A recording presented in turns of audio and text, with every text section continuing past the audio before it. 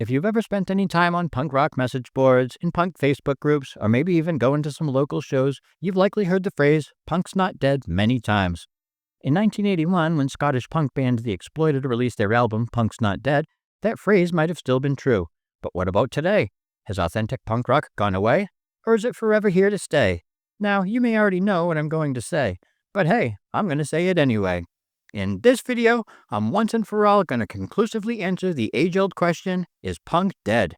And by age-old, what I mean is my age-old, because people have only been asking this question since about 1980 when I was born, give or take a few years, which makes that time period the perfect place to begin our inquiry into whether or not punk rock will outlive us all, or if it died long, long time ago.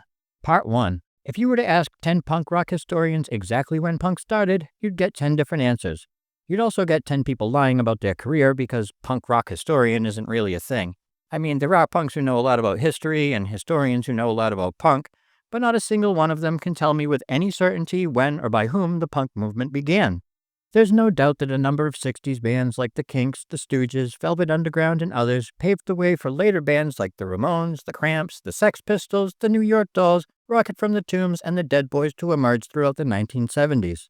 Nowadays, we usually think of those bands from the 1960s as pre- or proto-punk, in other words, coming before punk, but that hasn't always been the case. The first known written use of the word punk to describe music came from a critic named Lester Bangs in 1969. What we now call proto-punk was simply just punk to him because nothing had come after it yet. His term spread quickly, and less than a year later, the Chicago Tribune coined the term punk rock. Throughout the 70s, both the term punk rock and the music itself increased in popularity. By the late 70s, it had become popular enough for record labels to start signing punk bands. And that's when punk rock died. Well, that's when the first iteration of punk died.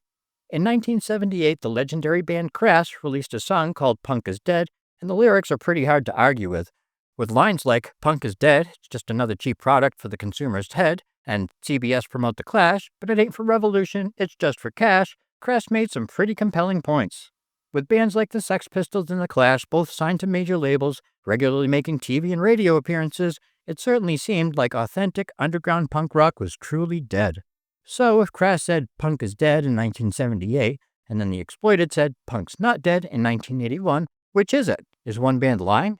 Does it mean punk died for 3 years, then somehow got resurrected? Where have I heard that before? Does it mean punk never existed in the first place and is just a figment of your imagination? No, no, and no. None of the above. It means that in the late 70s and early 80s, a new offshoot of punk emerged that was harder, faster, heavier, and would shock punks and pussies alike to their very core. I'm talking, of course, about hardcore punk. Part 2. In response to the first wave of punk bands either selling out, breaking up, or totally changing their sound, a new wave of punk emerged. But I'm not talking about the subgenre new wave, although it kind of emerged from punk around that time too. I'm talking about hardcore punk. This style of punk was more hardcore than a drunk cyberpunk monk in a funk trying to get crunk, kicking down the door of a liquor store so he could pour, but not pay for, one more drink till he can no longer think, plunks down on the floor, and starts to snore. Tell me that ain't hardcore. The hardcore punk of the early to mid-1980s was raw, fast, and aggressive, included lots of screaming, and often had lyrics that were politically charged and critical of society. Scenes popped up in LA, Boston, DC, New York, and in other cities around the country. There were hundreds of good hardcore punk bands during this era, far too many to name them all, but a few of my personal favorites are Black Flag, Minor Threat, Bad Brains, Reagan Youth, Dead Kennedys, The Misfits, 7 Seconds, Verbal Abuse, Fear, and TSOL, just to name a few. Since none of these bands had any commercial appeal at the time, record labels wanted nothing to do with them. So, in true punk fashion, and I ain't talking about Mohawks, these bands said fuck you to traditional labels and started their own. Greg Ginn started SST Records out in LA. Ian MacKaye started Discord in DC, and lots of other DIY punk labels began popping up. While shitty pop music like Tiffany and Debbie Gibson dominated the airwaves, a kick-ass underground punk scene was popping all across the country and even the world. For about a decade from roughly 1979 to 1989, an underground DIY punk scene thrived. Bands wrote and recorded their own music, booked their own tours, distributed their music themselves or through an independent label, and wrote lyrics about things like individualism, equality, corruption, greed, and other topics critical of the ruling class. In other words, these bands sang about real shit and actually practiced what they preached. The 80s were the golden age of real, true punk rock. Turns out, in 1981, The Exploited had been right. Punk wasn't dead. Yet. But by 1991, Crass's song was becoming more and more true. Record execs began saying, "Ooh, I never knew that Youth Crew and bands like Husker Du were making so much revenue. Let's do what we always do. Sign every punk band willing to sell out, release their major label debut, and we'll accrue lots of money too. But first, we have to review their sound, screw it up, and water it down. We need to devalue the music and misconstrue the lyrics until they have no point of view and none are true. The end result might sound like poo-poo to a real punk like you, but boo-hoo.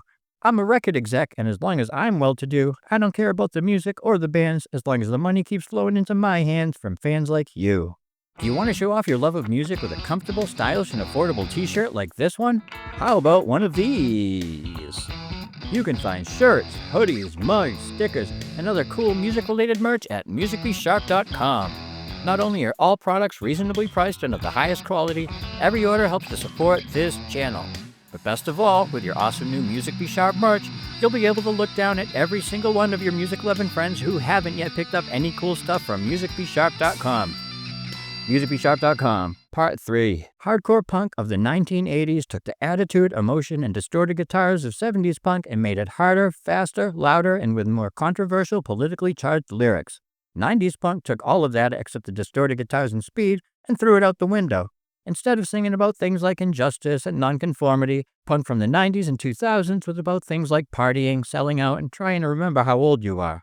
While hardcore punk rocked the 80s underground music scene, softcore punk dominated 90s mainstream music. Although I think the term softcore punk is actually a little too hardcore of a name. Personally, I prefer the term pussy punk, but corporate punk and pop punk are also both accurate. By the mid-90s, punk music was all over mainstream media like MTV and the radio. You couldn't keep them separated, but we need to separate and define a few words right now. What does the word punk even mean? For the past 100 years at least, that word has meant outcast, troublemaker, or an otherwise undesirable person. Now what does the word pop mean? It's short for popular, which means, well, the exact opposite of punk. Same with the word mainstream. So pop punk is an oxymoron. Popular punk can't exist because punks, by definition, have been cast out of society. All punk movements are underground by nature, so the second they become mainstream, they cease being punk.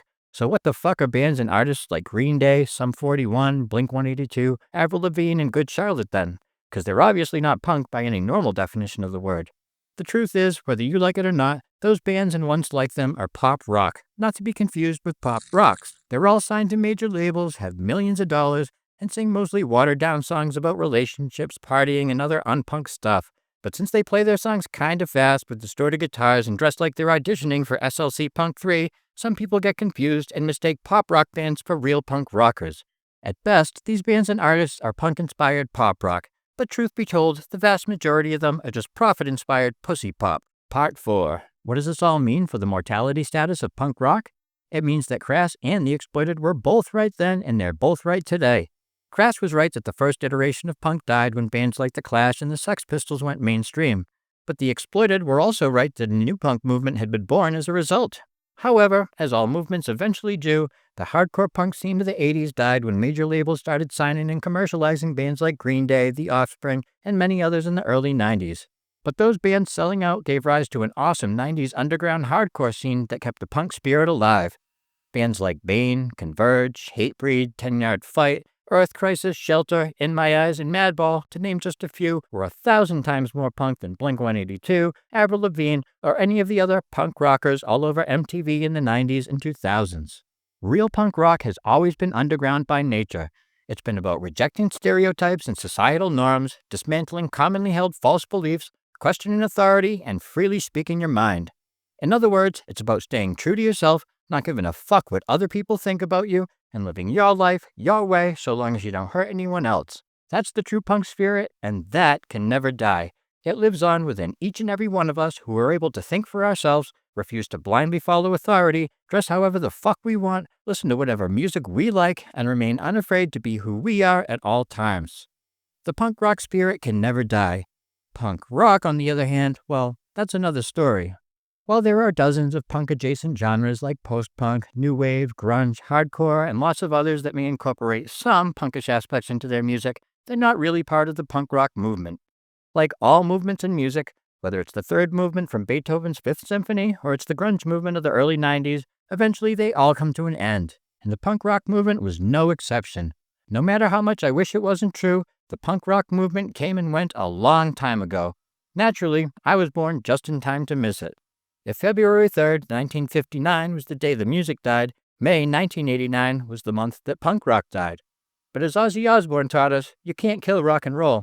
It's here to stay, and apparently the punk subgenre is too.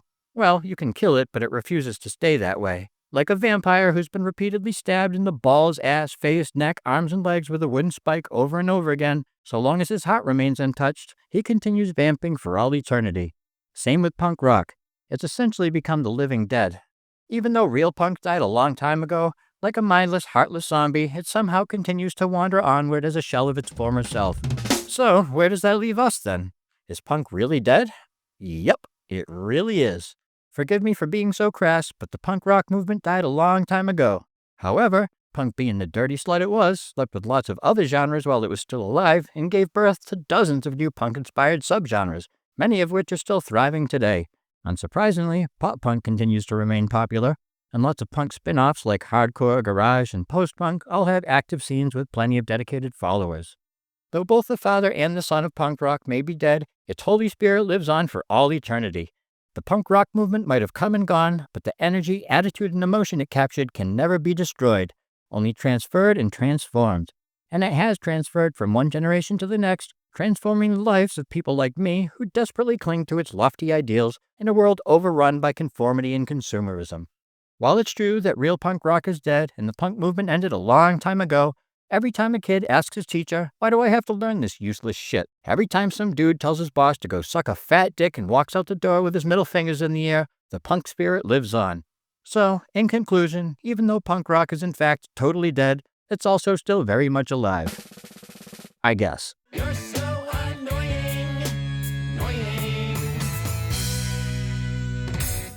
If you like this shirt, it's available in lots of colors and sizes at MusicBSharp.com, along with lots of other music-related merch. If you want to see some exclusive content or get early access to regular episodes of MusicBSharp, check out my Patreon page.